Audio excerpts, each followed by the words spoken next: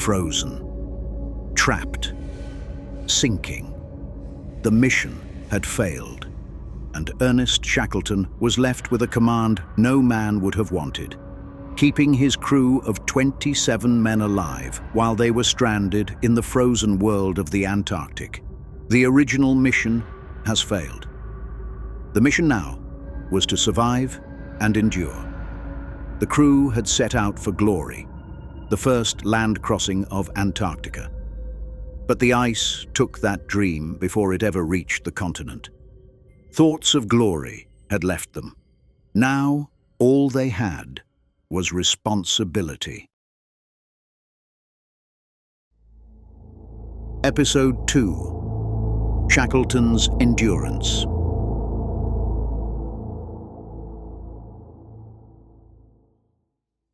Chapter 1: When Glory Dies.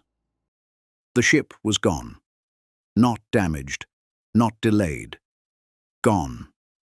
By late November 1915, the Endurance had disappeared beneath the ice of the Weddell Sea. The vessel that had carried Ernest Shackleton and his men toward one of the last great prizes of Antarctic exploration had been crushed, abandoned, and swallowed. The original mission was over. Shackleton had not crossed Antarctica. He had not reached the South Pole by the route he planned. He had not completed the achievement he had promised. The Imperial Trans-Antarctic Expedition, by its original standard, had failed before the crossing even began. That is where this story begins, not with the anticipation of victory, but with the threat of a frozen grave. The power of the Endurance story is not that Shackleton achieved what he set out to do. He did not. Its power is what happened after achievement became impossible. There are leaders whose names survive because they conquered. Shackleton's name survives because, when conquest was gone, responsibility remained. He had men under his command, men who had trusted the expedition, men trapped in a world of ice, cold, hunger, and uncertainty. Men who could not simply walk home, send for help, or wait for rescue in comfort. The ice had taken the ship. Now it would try and take the men.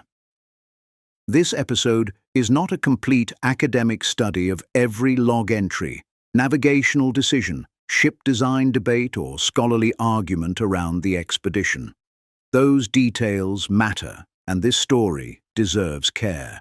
But the purpose here is narrower. This is a reflection on responsibility, on the moment when ambition dies and duty remains, on the difference between refusing to quit and refusing to face reality. Shackleton's greatest act was not pretending the original mission still existed, it was changing the mission. The crossing was gone. The new objective was brutally simple: keep the men alive. Chapter 2: The Last Great Antarctic Prize. To understand the weight of that failure, you have to understand what Shackleton was trying to do. By 1914, the South Pole had already been reached. Roald Amundsen had arrived there in December 1911. Robert Falcon Scott reached the pole afterward, but died on the return journey with his companions. The heroic age of Antarctic exploration had already produced triumph, tragedy, and national pride. But one enormous prize remained: a crossing of Antarctica. Shackleton's plan was ambitious. His Imperial Trans-Antarctic Expedition would attempt the first land crossing of the continent, moving from the Weddell Seaside to the Ross Seaside by way of the South Pole. The plan required more than one group. Shackleton's Weddell Sea Party would travel aboard Endurance and begin the crossing. On the opposite side, the Ross Sea Party aboard Aurora would lay supply depots to support the later stage of the journey. The expedition itself was larger than the famous Endurance survival story. The men aboard Endurance were only one arm of the effort. The Ross Sea Party carried its own burden, and its story would become costly. Shackleton sought out glory, but not meaningless glory. In the age he lived in, polar exploration carried national prestige, scientific interest, personal ambition, and public fascination. Men crossed oceans and ice fields because there were still blank spaces on the map and still names to be made by filling them. But ambition always makes demands. It asks men to accept risk before the price is known. Endurance sailed south from South Georgia in December 1914. The world they were leaving behind them was already beginning to tear itself apart in the First World War. Far to the south, Shackleton and his men moved into a different kind of battlefield. Not a battle against an army, but one against distance, ice, and unforgiving cold. The Weddell Sea was not passive scenery. It was a moving world. Pack ice could close around a ship, hold it, carry it, crush it, and leave the men aboard with nothing but danger and anxiety. Shackleton and his crew were entering a place where a map could show intention, but the ice would decide reality. That is one of the first lessons of this story. Plans are important. Preparation is important. But reality is not obligated to respect any of your plans or preparation. Chapter 3. An Icy Grave. The Endurance entered the Weddell Sea and soon met the force that would define the expedition: ice. By January 18th to 19th, 1915, the ship was trapped in the ice. The exact phrasing can vary by source, but the essential fact is clear. Endurance was beset. It could no longer move freely toward the continent. At first, this did not mean immediate disaster. A ship trapped in ice could still be a shelter. The men could still live aboard. They could still work, maintain routine, observe the conditions, record the world around them, and hope the ice might eventually release them. The devil finds work for idle hands. In crisis, discipline can often stave off despair. It does not need to be dramatic. It just needs to keep you focused. It is waking, working, cleaning, repairing, recording, cooking, caring for equipment, managing tempers, and acting as if order still matters when progress has stopped. For months, the Endurance drifted with the ice. The ship was carried by forces larger than any man aboard. The expedition had planned to cross a continent. Instead, its first great movement became helpless drift. That is a different kind of pressure.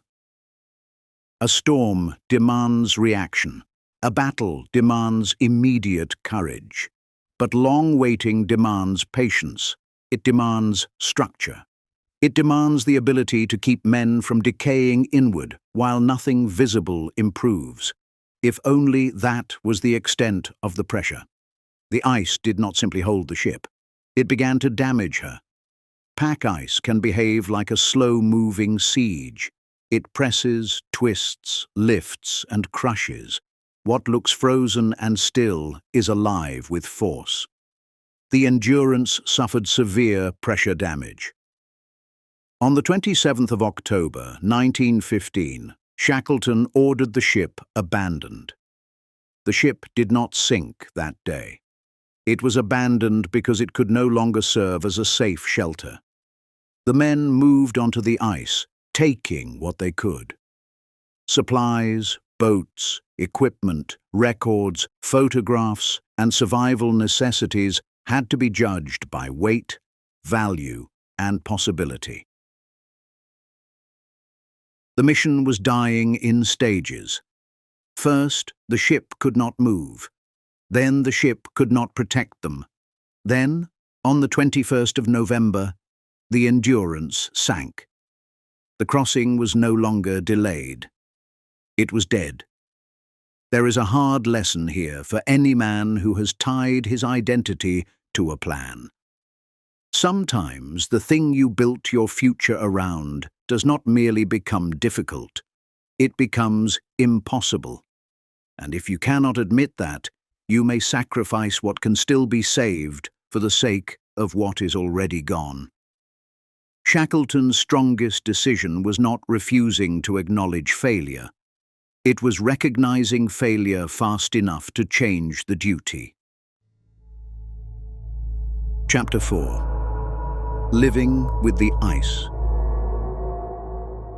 Once the Endurance was gone, the men lived on the ice. They camped first at Ocean Camp and later at Patience Camp. The names themselves carry a strange weight. Ocean Camp, Patience Camp. Places not built to last, named by men who had to endure without knowing how long endurance would be required.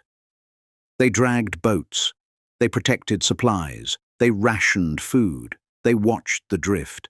They managed dogs, equipment, clothing, frost, hunger, boredom, fear, and the tension that comes when men are confined together under pressure. Leadership in this phase was not one grand speech. It was management, it was routine, it was morale, it was knowing when to move and when movement would waste strength. It was knowing what to abandon, what to preserve, and what to keep alive inside the men when the visible signs of success had disappeared. Shackleton was central, but he was not alone. Survival depended on a group of capable men. Frank Wild, Shackleton's second-in-command, would become essential. Frank Worsley, captain of Endurance, would later prove vital as navigator. Tom Crean brought strength and experience. Harry McNeish used his skill as a carpenter in ways that mattered deeply. Frank Hurley preserved the visual record of the expedition, including photographs that shaped how the world remembers the ordeal. The surgeons and crew carried out the unglamorous work that survival requires. This survival story wasn't a one-man ordeal. A leader may hold responsibility, but responsibility must be distributed through competence. This is where many shallow versions of leadership fail. They imagine command as charisma. They imagine leadership as one powerful personality bending events by will. But on the ice, will was not enough. Someone had to repair. Someone had to navigate. Someone had to cook. Someone had to photograph, record, organize, row, carry, doctor, obey, and wait. Waiting is not passive when waiting is disciplined. The men were not advancing toward Antarctica anymore. They were drifting. But disciplined waiting kept them from collapsing into chaos. There is a difference between stillness and surrender. For months, they lived inside that difference. They could not force the ice to open. They could not summon rescue. They could not rebuild the Endurance. But they could remain a functioning body of men. They could preserve enough strength for the moment when movement became possible again. That is one of the hardest forms of endurance, to keep order when there is no visible progress. Chapter 5. Elephant Island. In April of 1916, conditions forced the next stage. The men launched the lifeboats from the ice on the 9th of April. They were now moving through one of the harshest environments on Earth in small, open boats, carrying exhausted men away from a frozen world to an uncertain one. On April 15, 1916, they reached Elephant Island, solid land. After months on the ice, land should sound like salvation. But Elephant Island was not deliverance. It was remote, bleak, exposed and far from regular rescue routes. Reaching it meant they were no longer camping on floating ice, but it did not mean anyone would find them. A man can reach solid ground and still be trapped. A breakthrough is not the same as rescue. Elephant Island gave the men a place to stand. It did not give them a way home. Shackleton understood that waiting there indefinitely was not a plan. Someone would have to go for help. Not across a road, not across a settled coast, across one of the most dangerous stretches of ocean in the world, in a lifeboat. The boat chosen was named the James Caird, and its captain, Shackleton.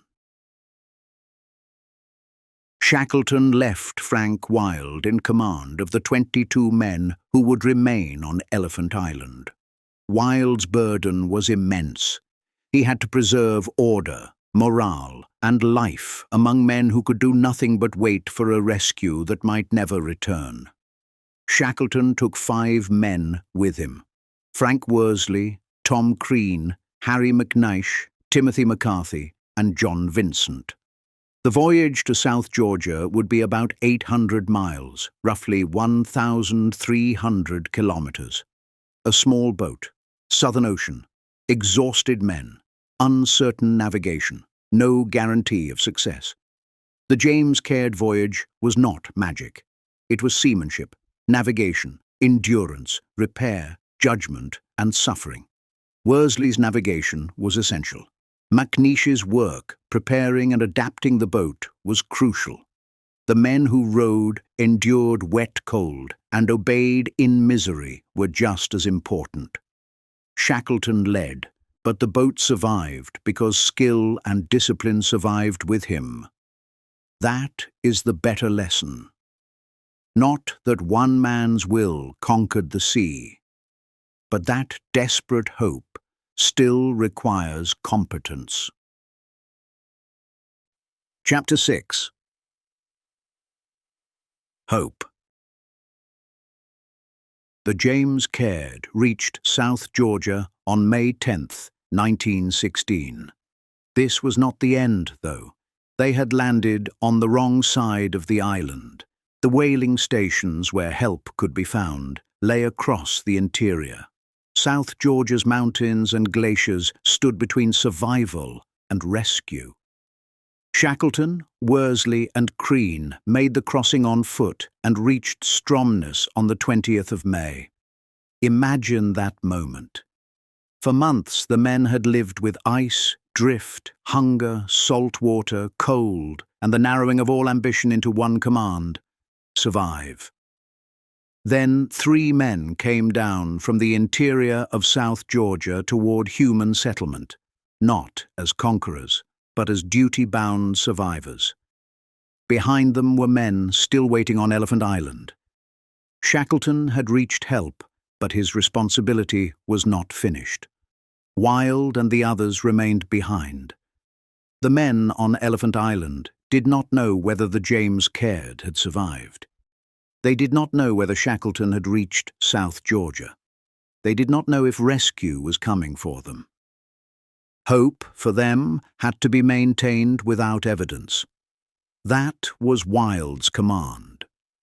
A leader who leaves others behind under a trusted second-in-command is not abandoning responsibility. He is dividing it. Shackleton's attempt to bring rescue depended on Wild's ability to keep the waiting men alive. Meanwhile, rescue was not immediate. Several attempts failed. Ice, weather, distance, and conditions continued to resist them. The story did not resolve the moment Shackleton reached civilization. The hard road continued, as it often does. This is one of the recurring truths in stories of endurance. The first success does not end the ordeal. It only creates the possibility of the next attempt. Chapter 7. Rescue and Cost. August 30th, 1916. The Chilean vessel Yelcho reached Elephant Island. It was commanded by Luis Pardo. The rescue of the men on Elephant Island was not Shackleton appearing alone out of the mist. It depended on the vessel, the crew, the risks accepted by others, and Pardo's command. When Yelcho arrived, the 22 men left on Elephant Island were alive. All members of Shackleton's Endurance survived. While that statement is true, there is another party to consider. The wider Imperial Trans-Antarctic expedition was not without deaths. The Ross Sea Party, working on the opposite side to lay depots for a crossing that never happened, suffered its own brutal ordeal. Aeneas Mackintosh, Victor Hayward, and Arnold Spencer Smith lost their lives on this expedition. The Endurance Party may have survived, but the entire expedition paid a cost. Shackleton himself should be remembered with the same seriousness. He was ambitious, but his ambitions came at a cost. But none of that erases what happened after failure. When the ship was trapped, he maintained order. When the ship was lost, he changed the mission. When the men reached Elephant Island, he did not mistake land for rescue. When someone had to go for help, he went. When rescue failed, he tried again. The story of the Endurance is not a clean triumph over nature. Nature won the original contest. The ice stopped the expedition. The ship sank. The crossing never happened. The triumph was with the indomitable human spirit. A group of men remained alive. A failed mission created a life or death mission. And enough men remained useful long enough for rescue to become possible. Chapter 8. Reflection. The lesson of Shackleton and the Endurance is not never give up. That is too simple. There are times when refusing to change course is not courage, it is pride. There are times when the mission must be abandoned because the mission has become impossible. A man who cannot admit that may destroy the very people he is responsible for. Shackleton's strength was not that he denied failure. It was that he accepted the death of one mission and took up another. The crossing was gone. The men were not. That is where duty began again. This is the lesson that reaches beyond Antarctica. A man may lose the goal. He may lose the plan. He may lose the structure he trusted. He may watch the thing he built his identity around disappear beneath the ice. But if people still depend on him, responsibility remains. Not the responsibility to pretend everything is fine. Not the responsibility to chase dead glory. The responsibility to preserve what can still be preserved. To keep order. To delegate. To rely on others. To wait when waiting is wise. To move when movement is necessary. This is why Shackleton's story is still told today. Not because he completed the crossing. Not because every man in the wider expedition came home. Not because he was perfect. But because when glory died, he did not let responsibility die with it. The ice took the Endurance. It took the dream Shackleton had sold to the world and to himself. But it did not take the men of the Weddell Sea Party. They survived because leadership became practical, because survival became collective, and because enough men remained disciplined when there was no visible progress. Sometimes command is not leading men toward glory. Sometimes command is standing face to face with a crisis and not allowing that pressure to betray the responsibility you have to the ones that you love.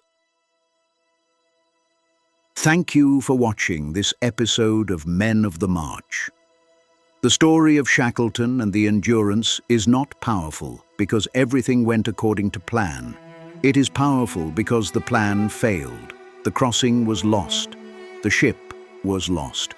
The glory Shackleton had set out to claim disappeared beneath the ice, but responsibility remained.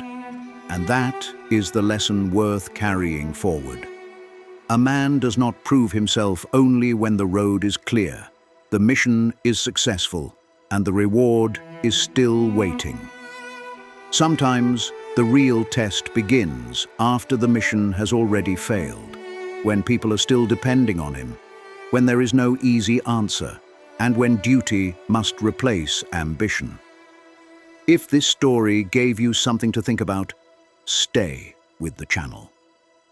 Future episodes will continue looking at history through the lives of men under pressure, leaders, soldiers, explorers, commanders, and ordinary men forced into extraordinary moments. This has been Men of the March. Until the next episode, keep order, carry the weight, and take the next step.